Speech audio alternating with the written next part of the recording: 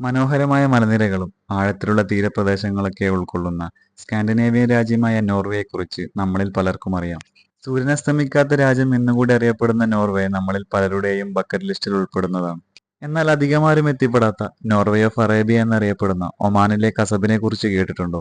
കസബിലെ water ആക്ടിവിറ്റികളും dog ക്രൂസുകളും famous ആണെങ്കിലും ഇങ്ങനെ ഒരു വിളിപ്പേരുള്ളത് പലർക്കും അറിയില്ല. കുറച്ചു മാസങ്ങൾക്ക് മുമ്പാണ് CNN കസബിനെ നോർവേയുമായി കമ്പയർ ചെയ്തുകൊണ്ടുള്ള റിപ്പോർട്ട് പബ്ലിഷ് ചെയ്തത്.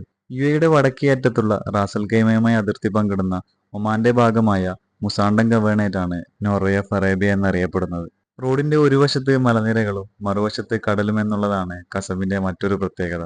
പ്രത്യേകമായ വിസയുടെ ആവശ്യമൊന്നുമില്ലാത്തതുകൊണ്ട് തന്നെ UAE റെസിഡൻസിന് ഇവിടെ എത്തിപ്പെടാൻ വളരെ എളുപ്പമാണ്. കസബിലെ ഏറ്റവും അട്രാക്റ്റീവായ കോർണിജിദിലേക്ക് ദുബായിൽ നിന്ന് 3 മണിക്കൂർ കൊണ്ട് എത്താം.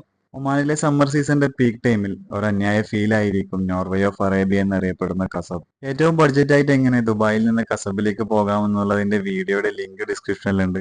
യാത്ര ചെയ്യാൻ ഇഷ്ടപ്പെടുന്ന എന്നാൽ കസബിനെ കുറിച്ച് കേൾക്കാത്ത നിങ്ങളുടെ സുഹൃത്തിന് ഇത് അയച്ചു കൊടുക്കൂ. Thanks for watching.